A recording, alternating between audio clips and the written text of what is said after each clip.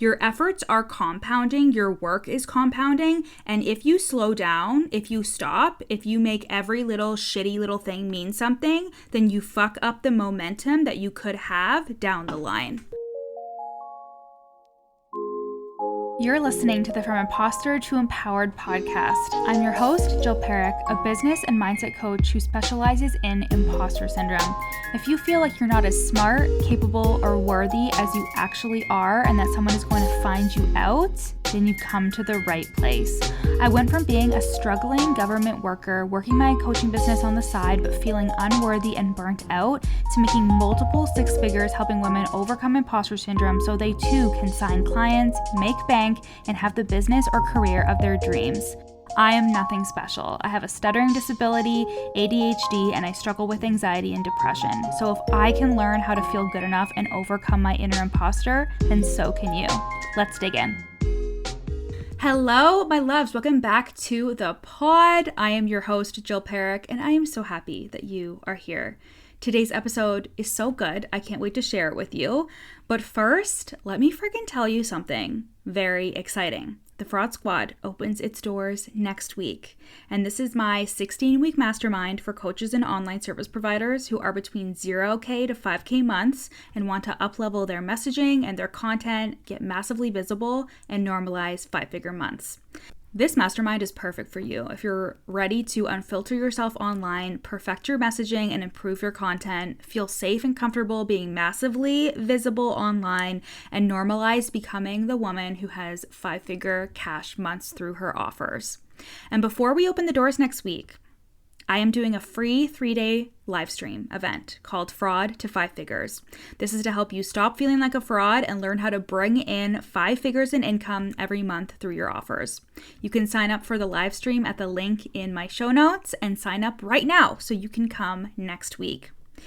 And you guys, this year, Black Friday, I am going off with deals. Deals on deals. I am doing a low ticket offer. I am doing a discount and insane bonuses for the Fraud Squad Mastermind that you just heard about. And I'm doing deals for one-to-one coaching and one-to-one Voxer coaching. So keep your eyes peeled for those deals the week of Black Friday, or you can send me a DM on Instagram to get the link early. And if you don't know, I am at Your Coach Jill. So let's get into today's episode. I wanted to talk to you about something that I've realized is a huge reason why I've been able to grow my monthly income to 5-figure months consistently. I've had mostly 5-figure months since April or May of 2020, and I've definitely had some income dips here or there, which I've been totally transparent about. But for the most part, I've been able to sustain those coveted 5-figure months. And there are a lot of logistical, strategic reasons for this, and there are so many mindset and belief reasons for this. But there is one thing that is fairly obvious, but you won't realize it until we talk about it today. And that was the absence of reactivity, internal and external reactivity.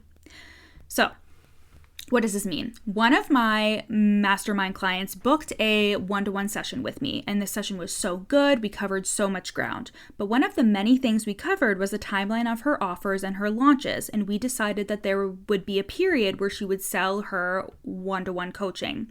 And I do this exact thing in between all of my launches. But she asked me a question that spurred a great conversation and the idea for this podcast. She asked, what do you do if you don't sell any one-to-one spots, or if an offer doesn't sell? Do you just continue with your plan? And I said, yes, that's exactly what I do. But here's why I think this is so profound, because I think that this is what causes a lot of frustration, stress, crappy results with your online business. It's because you're being reactive to everything that's happening. You might launch an offer for a week, but 2 days in, you're hearing crickets and you're like, shit, no one's buying. I feel like crap. I'm going to hide for a week now and just stop selling. Or like my client said, you're selling one-to-one coaching and nobody has been buying or reaching out. So you put off your launch, or you just let yourself get discouraged and you aren't as confident selling your one-to-one coaching.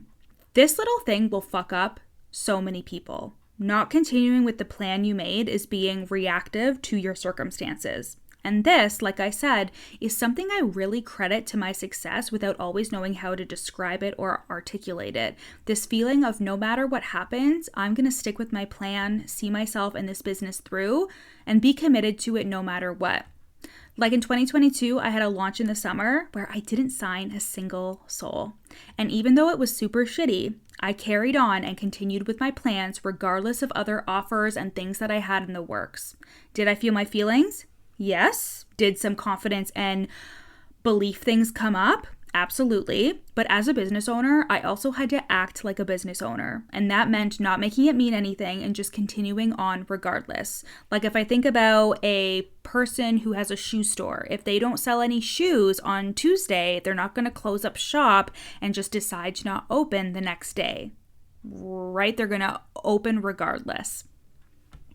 Being reactive in business and also not having some kind of plan can really derail your success, because your success in the online space is something that compounds over time.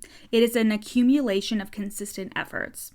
I recently was on Instagram stories talking about how creating a new offer every time your past one didn't sell is not going to be a great look, because it's not about the offer, it's about you just deciding to stop selling it.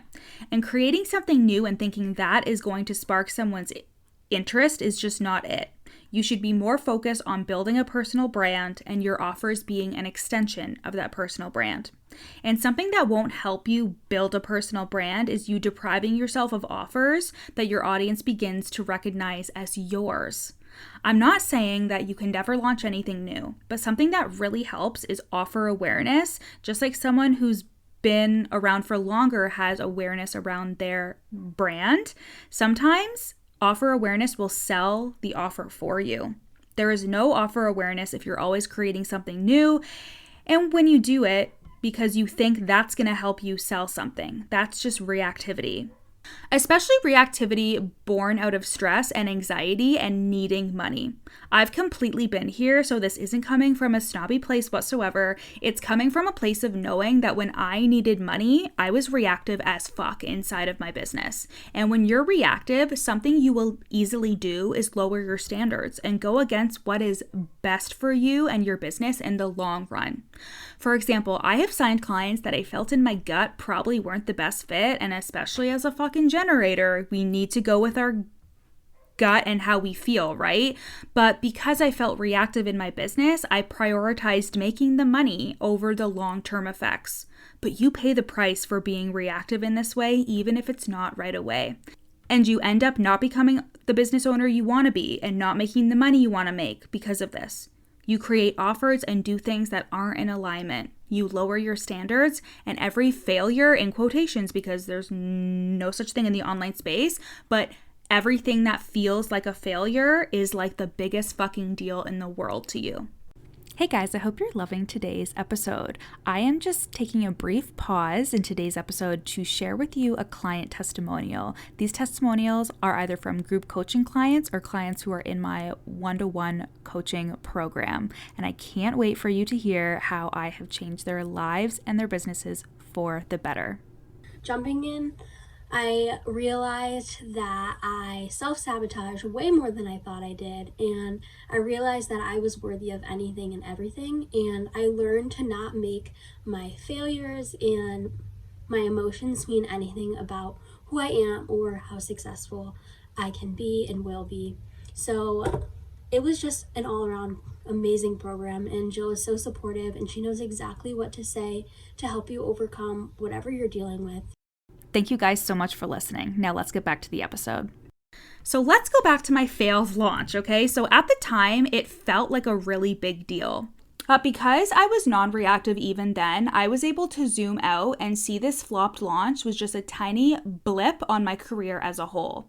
Just like my Uber Eats era, just a tiny, tiny blip in a very long career. And even if you've gone a while without sales, if things have been quiet, it is just a blip. One of my clients was going through a little client drought, and then she started making sales again. But during the drought, I was like, yeah, you're in the void right now and it sucks, but the way you act during the void is what's going to A, get you out of the void, and B, determine what happens in 2 months, in 3 months, in 4 months, 6 months, whatever, right? Your efforts are compounding, your work is compounding, and if you slow down, if you stop, if you make every little shitty little thing mean something, then you fuck up the momentum that you could have down the line. When I talk about lowering your standards, here's some ways I see this to be true. It can look like lowering your prices or giving a huge discount if people haven't bought yet, abandoning your own work boundaries or your boundaries with clients because you're feeling sensitive or insecure. It can look like quitting in the middle of a sales period or a launch, putting things off on your timeline because something didn't go perfectly to plan. And these things may sound small, like it may feel like it's not a big deal that you're canceling a launch because people aren't signing up. However, the long-term effects, babe, they are real. Not only strategically, but also what it does to your mindset, what it does to your belief, and what it does to your confidence.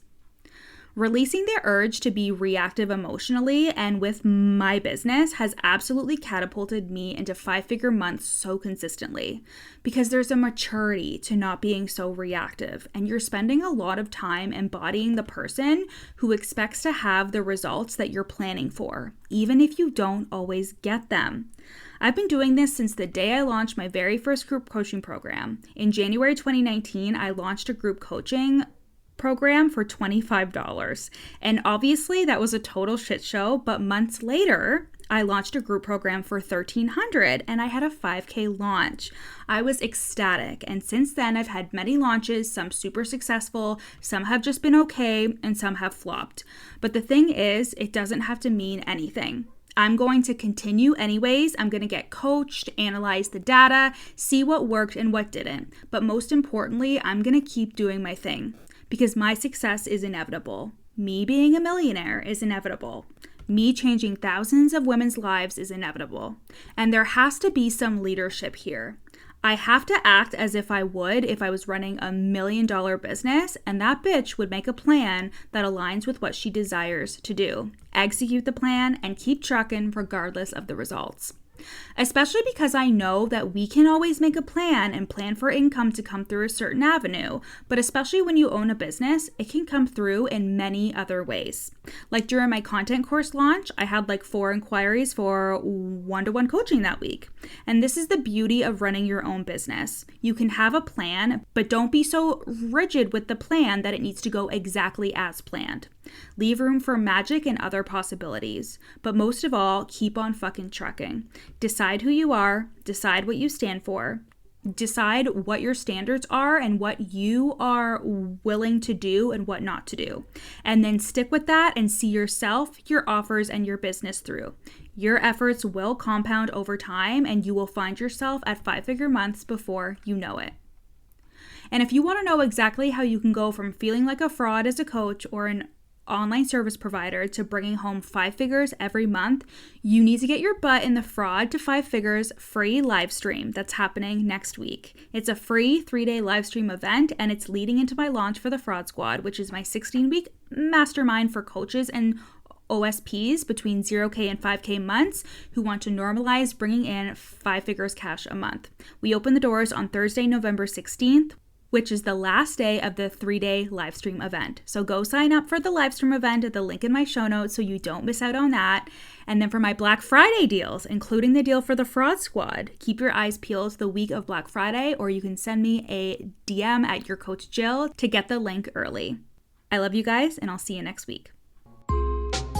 Thanks so much for listening to the From Imposter to Empowered podcast. Head to the show notes to learn how you can work with me, where you can buy my best-selling book, You're Not Special, and how to get on my email list for free. Screenshot this episode and add it to your Instagram stories, tagging me at your coach Jill. See you next time.